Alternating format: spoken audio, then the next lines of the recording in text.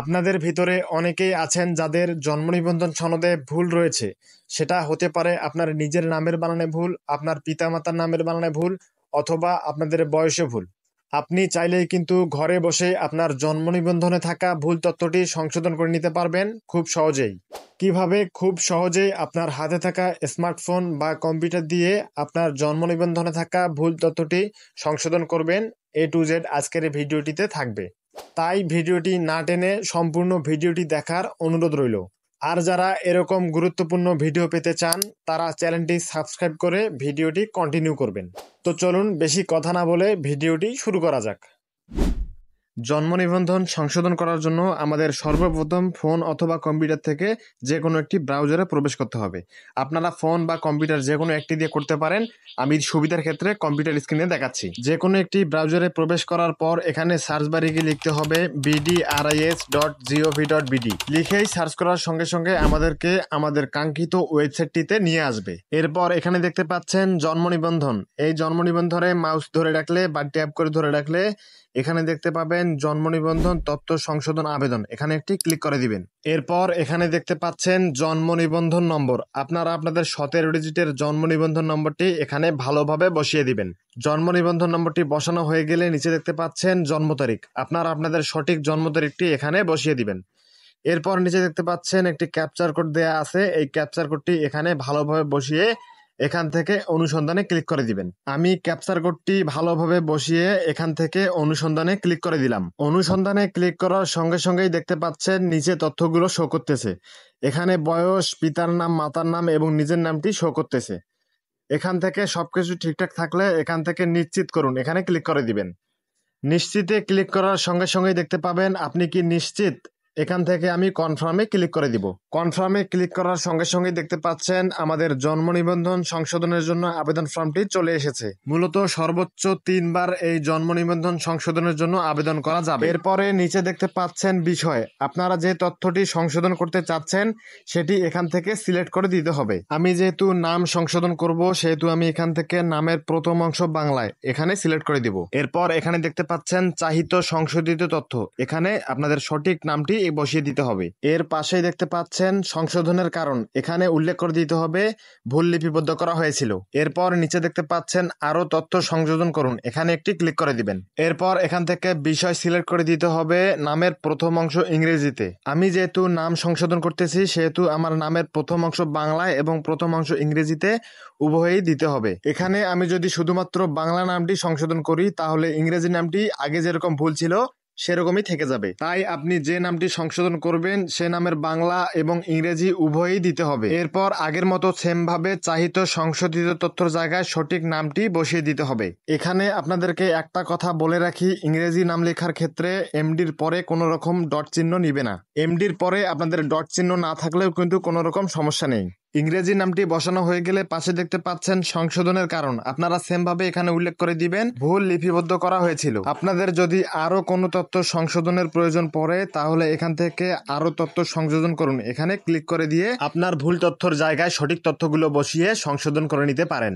এরপর একটু নিচে খেয়াল করলে দেখতে পাবেন সংযোজন। আমরা যে তথ্যগুলো সংশোধন করব তার প্রমাণস্বরূপ কিছু ডকুমেন্ট এখানে আপলোড করে দিতে হবে। আর ডকুমেন্টটির সাইজ হতে হবে সর্বোচ্চ 2 মেগাবাইটের ভিতরে। আমি যেহেতু শুধুমাত্র নাম সংশোধন করব সেহেতু এখান থেকে সংযোজনে ক্লিক করে আমার শিক্ষাগত যোগ্যতা সনদপত্রটি আপলোড করে দিতে পারি অথবা টিকা কার্ডটিও আপলোড করে দিতে পারি। আপনাদের যাদের এনআইডি কার্ড রয়েছে আপনারা চাইলে আপনাদের এনআইডি কার্ডটিও এখানে আপলোড করে দিতে পারেন। ডকুমেন্টটি সিলেক্ট করা হয়ে গেলে এখান থেকে ফাইল ট্যাবে ক্লিক করে উল্লেখ করে দিতে হবে এটা কোন ধরনের ডকুমেন্ট।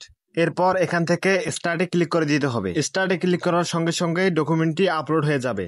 সেম ভাবে আমি এখান থেকে সংযোজনে ক্লিক করে আমার সার্টিফিকেটটিও আপলোড করে দিব। সার্টিফিকেটটি সিলেক্ট করা হয়ে গেলে আবারও এখান থেকে ফাইল ট্যাবে ক্লিক করে উল্লেখ করে দিতে হবে এটা কোন ধরনের ডকুমেন্ট। এরপরে এখান থেকে স্টার্টে ক্লিক করে দিতে হবে। স্টার্টে ক্লিক করার সঙ্গে সঙ্গে দেখতে পাচ্ছেন এই ডকুমেন্টটিও আপলোড হয়ে গেছে। এরপরে একটু নিচে গেলে দেখতে পাবেন আবেদনকারীর তথ্য। এরপর নিচে দেখতে পাচ্ছেন আবেদনাধীন ব্যক্তির সহিত সম্পর্ক। আপনি যদি আবেদনকারীর পিতা হয়ে আবেদন করেন তাহলে পিতা সিলেক্ট করে দিবেন, যদি মাতা হয়ে আবেদন করেন তাহলে মাতা সিলেক্ট করে দিবেন, অথবা যারা নিজের আবেদন নিজে করবেন তারা নিজ সিলেক্ট করে দিবেন। আমি এখান থেকে পিতা সিলেক্ট করে দিলাম।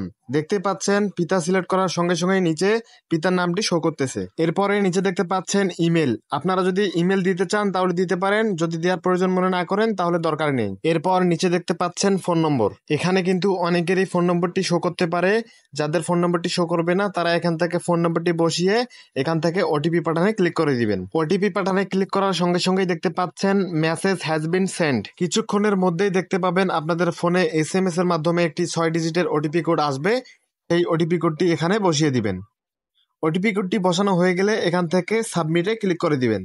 সাবমিটে ক্লিক করার সঙ্গে সঙ্গে এখানে দেখতে পাচ্ছেন সাকসেস, আবেদনপত্রটি সফলভাবে সাবমিট করা হয়েছে। এর নিচে দেখতে পাচ্ছেন আবেদনপত্র নম্বর। এই আবেদনপত্র নম্বরটি আপনারা কোথাও লিখে রাখবেন অথবা স্ক্রিনশট দিয়েও রাখতে পারেন, কারণ এই আবেদনপত্র নম্বরটি আপনাদের যে কোনো সময় প্রয়োজন হতে পারে।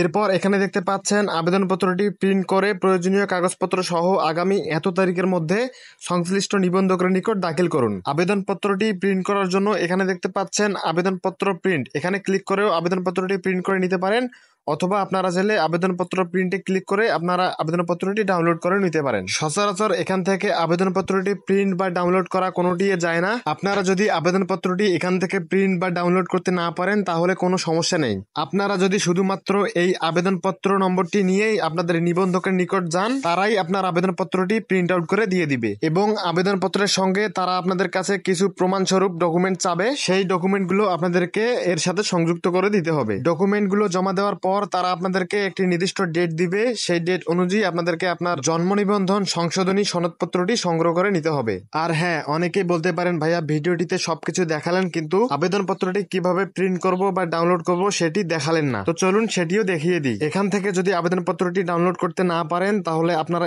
এই হোমে ক্লিক করে দিবেন।